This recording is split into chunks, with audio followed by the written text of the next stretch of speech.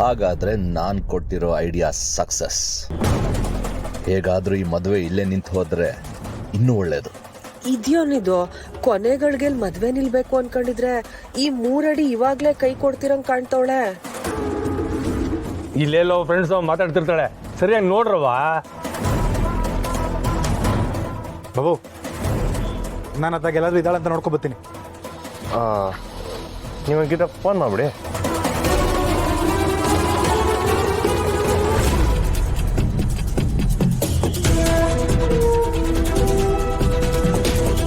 ಅಳಿಯಂದ್ರೆ phone ತೆಗಿತಾ ಇಲ್ಲ.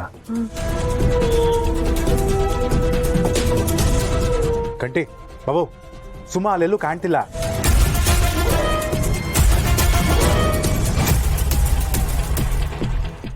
ಅಯ್ಯೋ ಪುಟಕ, ಯೋನಿದು ಮದ್ವೆ ಮಂಟಪಕ್ಕೆ ಹೋಗೋ ಟೈಮ್ನಾಗೆ ಮದ್ವೆ ಹುಡ್ಗಿನೇ ಇಲ್ಲ ಅಂತಂದ್ರೆ ಯೋನ್ ಅರ್ಥ? ಎಲ್ಲಾದ್ರೂ ಓಡೋದ್ಲ ಹೆಂಗೆ? ಏಯ್ ರಾಜೇ, ಮುಖಕ್ಕೆ ಗುದ್ರೆ ಗುರ್ತ ಸಿಗಬಾರ್ದು. ಅವಳಕ್ಕೆ ಹೋಗ್ತಾಳೆ. ಅದು ಸರಿನಯ್ಯ, ಅವಳು ಇಷ್ಟಪಟ್ಟಿರೋ ಹುಡ್ಗನ್ ಜೊತೆನೆ ಲಗ್ನ ಆಗ್ತೈತೆ, ಇನ್ನು ಅವಳು ಯಾಕೆ ಓಡೋಗ್ತಾಳೆ?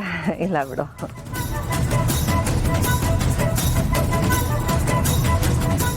ಮಾತಾಡ್ಬೇಕಾದ್ರೆ ನೋಡ್ಕೊಂಡು ಮಾತಾಡಿ ರಾಜಿ ಅವರೇ. ರೀ, ಒಂದ್ ವೇಳೆ ಅವಳು ಫ್ರೆಂಡ್ಸ್ ಯಾರನ್ನಾರು ಕರ್ಕೊಂಬರಕ್ ಹೋಗಿರ್ಬೋದಲ್ವಾ?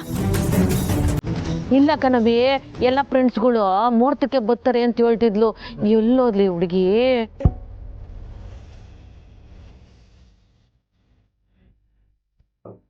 ಪುರ್ಸಿ ಜೊತೆ ಚೌಟ್ರಿಗೆ ಏನೋ ಓದ್ಲಕ್ಕೆ ಹೇಳ್ತೀನಿ ರೀ. ಪುರ್ಸಿ ಜೊತೆ ಅವಳು ಒಬ್ಳೆ ಹೆಂಗ್ ಹೋಯ್ತಾಳಿದ್? ಏನಿದು? ನಿಮ್ಗೂ ಏನು ಹೇಳಿಲ್ವೇನ್ರವ? ಪುರ್ಸಿ ಅಲ್ಲಿ ಸುಮಾಳ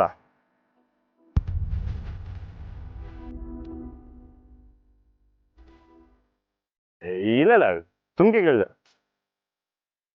ಅವ ಅಲ್ಲೂ ಇಲ್ಲ ಅಂತ.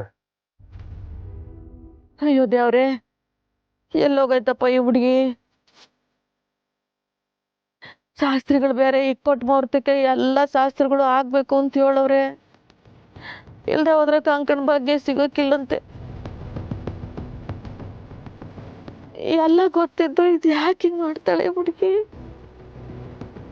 ಇದೇನಿದು? ಚೌಟ್ರಿಗೆ ಹೋಗ್ಬೇಕಾದ್ರೆ ಹುಡುಗಿ ಕಾಣ್ತಿಲ್ಲ ಅಂದ್ರೆ ಏನರ್ಥ ಪುಟ್ಟಕ್ಕ ಅವರೇ? ಟೆನ್ಷನ್ ತಗೊಳ್ಳೋದು ಬೇಡ ಅಪ್ಪ. ಅವ್ಳು ಪ್ರಾಬಬ್ಲಿ ಇಲ್ಲೇ ಎಲ್ಲೋ ಹೋಗಿರ್ಬೇಕು. ನಾನು ಕಾಲ್ ಮಾಡ್ತೀನಿ.